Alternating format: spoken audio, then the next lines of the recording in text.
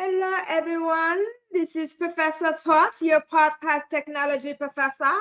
And I just wanted to pop right on in very quickly to show you how to do corrections so you can print in Canva. So I've went through and completed a good deal of it and things of that nature.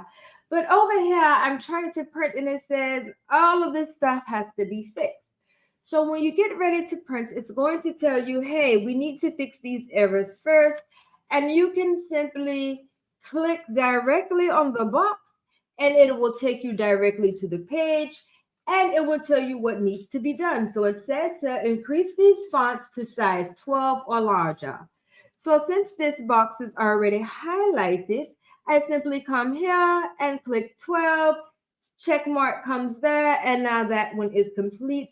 And you will continue to work your way down the line to identify what it is that you have to fix so you can go ahead and print your planner.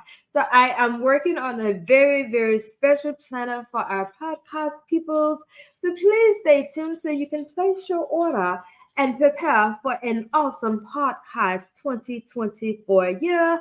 And I am your podcast technology professor, Tot, and I am very delighted that you are trusting me to help me guide you along the way.